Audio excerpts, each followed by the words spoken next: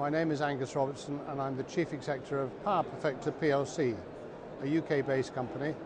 And in response to your question of what exactly is a power perfector, it is voltage power optimization technology that previously wasn't in this country, but this power perfector brought it over from Japan, where it has been successfully operating for the last 15 years and saving literally hundreds of millions of pounds in energy costs as a result of what it can do to the energy supply before it goes into a building development.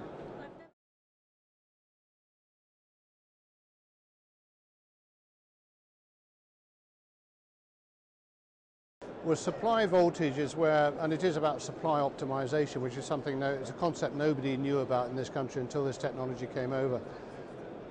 Voltage in this country is supplied at approximately 242 volts single phase as an average, but everything that's designed and installed in buildings in this country is actually designed to work at its optimum at 220 volts.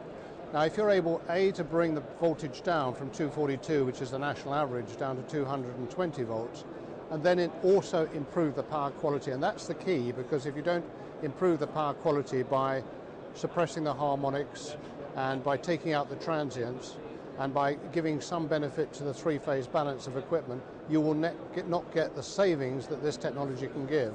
And we're talking about savings that we're finding with all the installations we've done over the last 5 years of in the region of 13% as an average on kilowatt hours and carbon as far as the built environment is concerned. So we go across a very broad number of industries. We go into retail, we're in commercial manufacturing, where we're seeing these sort of savings, because all of these different organisations and parts throughout the whole of the UK, voltage is that much too high, and we can run everything much more efficiently if we optimise the voltage down to those levels.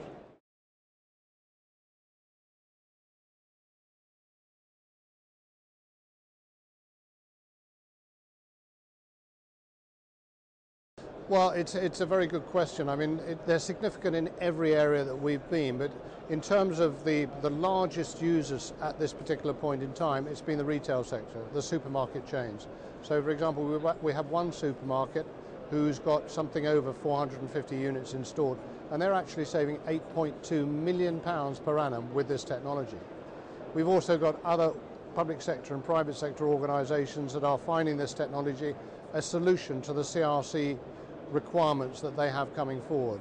So it really is, it's about the redefinition, shall we say, of electricity supply in the UK.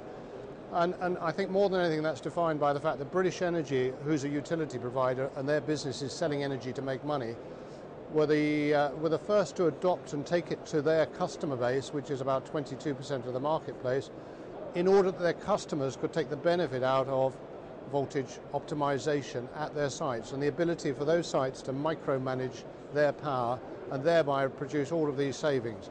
And it's not just about savings, it's also about security. Because as we go into 2014, security of power supply is diminishing, and we're going to see more transients or spikes coming into the network as a result of different power sources coming in. Those can be very damaging to electronics. So power quality is diminishing. Happily, Power Perfector has the ability of being able to stop transients or spikes up to 25,000 volts. So you're also, in line with creating all of these savings, you're also getting a huge protective element coming into your infrastructure, because without it, you could have a catastrophic failure as a result of a transient coming through.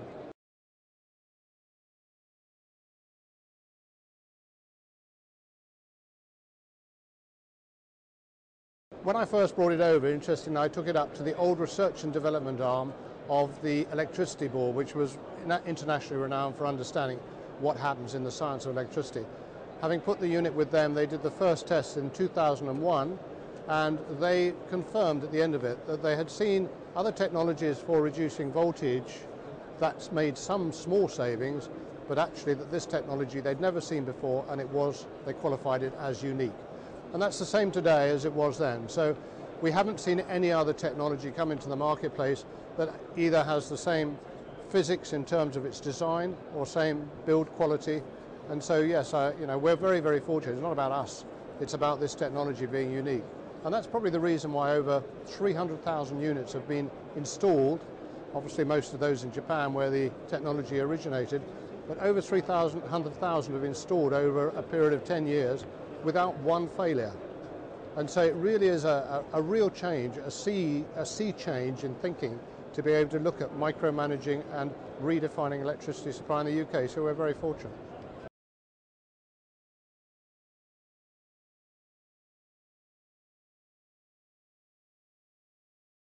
Yes, there will. I mean, you know, you can't, it doesn't, obviously there are probably 90% of buildings that we go into, they have the opportunity to be able to save the sorts of, the levels of power that I'm talking about and the levels of cost and carbon. There are other sites that have low voltage, in which case there won't be the benefit to those particular sites. However, you can still benefit those sites by protecting them from poor power quality with the technology. There are some other sites that may have, for example, all high frequency lighting that's electronically controlled. If they had nothing else, then the savings will probably be only 2 or 3%. But there are very few buildings like that. Everybody's got HVAC, different systems, three-phase motors working in order that the building stays live and occupied. So a very small number that we find that we have to turn around and say, no, I'm terribly sorry, we can't find any savings. It really is all about the level of voltage. So if a building has voltage over 228 volts, it can benefit substantially from this technology.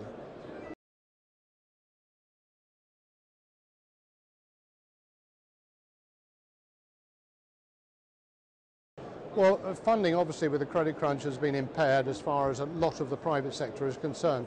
And that has made a demonstrative impact on some companies' ability to buy up into new technologies and become more efficient.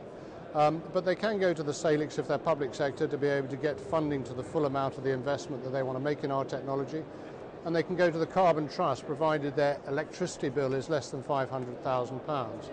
And to bridge between those two, we do have capacity for rental and leasing finance available for people who wish to put it in. The payback, which is a question you asked earlier, the payback is in the region of, shall we say, the supermarket chains, approximately 16 to 18 months. So you're talking about a 75% return on investment. In the commercial districts, ordinary office buildings, 50% return on investment. So if you can borrow money at 7 to 10% and you can buy this technology to get a 50% return on investment, and then run the building for the next 30, 50 years, because that's how long this technology will sit there, very quietly doing its job, you are making massive savings and you're reducing massively obviously the carbon output as far as your building is concerned.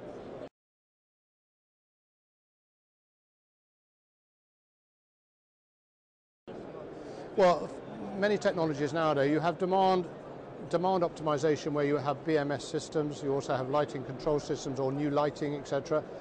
All of these things need to be monitored. They are variable savings in our own mind, whereas when you go on the supply side, you need to have something that's completely secure and robust, knowing that there is no failure point there. If you put that there, you have to be able to forget it. You cannot monitor it, otherwise you would effectively diminish the security to the building. So it is about being able to fit it, walk away from it. There's no handbook with it. You don't have to be concerned about it. It is really taking that simple step of making electricity cleaner at the right level. And it's a little bit like if you put 92 octane into your car, it will pink off down the road, which is why everyone puts in 97 or 99, because then everything down in the car works much more efficiently. So it has to be fit and forget, otherwise there would be no purpose in putting the technology in there. There's no maintenance whatsoever. We guarantee for 10 years the technology to work, but it's there sitting passively making the difference to your building's efficiency levels for the next 30, 40, 50 years. And we also give a guarantee in terms of the amount of savings it can produce for our customers. Because the one thing you're doing if you're putting anything is nowadays, you need to have absolute confidence that it's the right investment. So we actually guarantee the financial savings from the technology,